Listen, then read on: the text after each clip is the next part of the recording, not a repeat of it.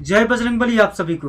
दोस्तों, अंधविश्वास इतनी तेजी से बढ़ रहा है भारत में और इंटरनेट पर सवार होकर बढ़ रहा है। लोग छोड़ने को तैयार नहीं है और कैसे छोड़ दें। शास्त्रों में जो लिखा है कि भूत होते हैं, बात ये नहीं है दोस्तों, इस शास्त्रों में गलत लिखा है। बात ये है कि हम शास्त्रों के सही अर्थ नहीं जानते। भूत प्रीत होने को लेकर लोग हनुमान चालीसा की चौपाई है, उन चौपाइयों में 24वां चौपाइयों का उदाहरण देते हैं। दोस्तों, हनुमान चालीसा में 40 चौपाइयां हैं। अभी हम 24वां चौपाई का वास्तविक अर्थ समझेंगे। 24वां चौपाई है, भूत पिशाच निकट नहीं आवे, महावीर जब नाम सुनावे। इसको ऐसा समझते हैं, एक भतीजा है मेरा छोटा सा, उसने अपने दिमाग में एक चीज बैठाई। क्या नाम है उसका?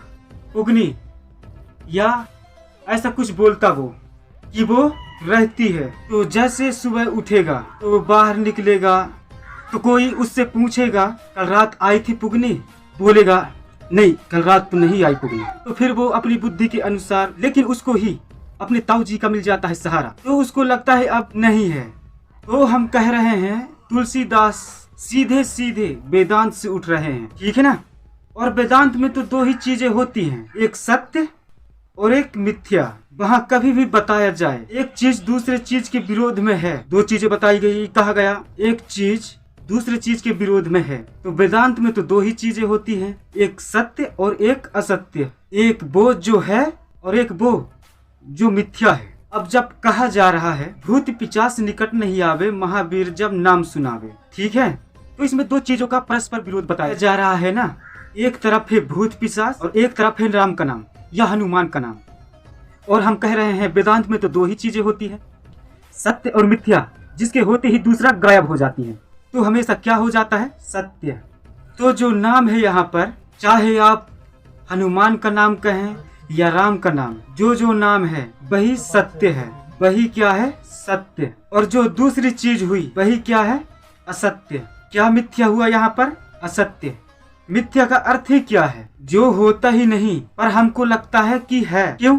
क्योंकि हम बालक बुद्धि हैं। जिस दिन हम तुम थोड़े बड़े हो जाएंगे उस दिन हमें लगना भी बंद हो जाएगा। वो छोटू को लगता है कि पुगनी है क्योंकि वो अभी छोटा है। तो जिनको लगे कि भूत प्रीत होते हैं, अभी वो बालक बुद्धि है, अभी उनकी चेतना विकसित नहीं हो पा रही। और जब आप बालक बुद्धि होते हो तो ये सब चीजें लगती हैं कि है। छोटे बच्चे को कुछ भी समझाया जा सकता है, समझा सकते हो ना। छोटा बच्चा हो उसको कुछ भी समझा सकते हो, चाहे वो देखो अंधेरे में ना कुछ भी, चुड़ैल तो पारंपरिक हो गया, कुकू रहता है, वो मान भी लेगा कि रहता है। वहाँ किसी को चालाकी करनी है तो बैठा दो, वो आवाज कर दे दो चार, तब तो पक्का ही हो गया कि वहाँ कुछ रहती है। और बच्चे को ये जताने से कि न कुकू रहता है कोई लाभ होता है, तभी तो बच्चे को जरूर ही जताओगे ना।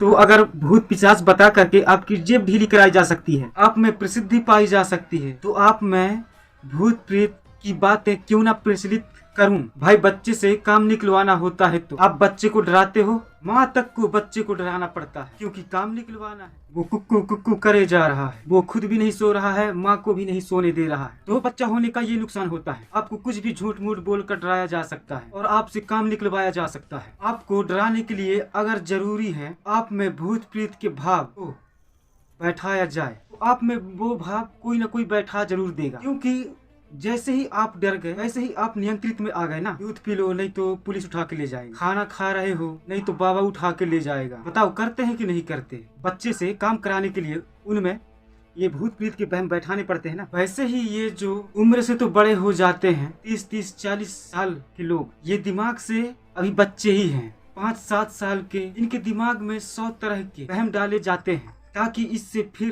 काम कराया जा सके, या इनके पैसे उगाए जा सके, या इनके बीच छाया जा सके बलि बन के, या इनका नेता बना जा सके, कुछ भी। लेकिन ये जितने वहम होते हैं इनको कौन हटा देता है? इनको ज्ञान हटा देता है। वही कहा गया है भूत पिशाच निकट नहीं आवे, महावीर जब नाम सुनावे। भूत पिशाच माने झूठ मूठ के वहम जो हम में बैठाए जाते हैं। तो दोस्तों, आज के लिए बस इतना ही। मिलते हैं अगली वीडियो में। जैसे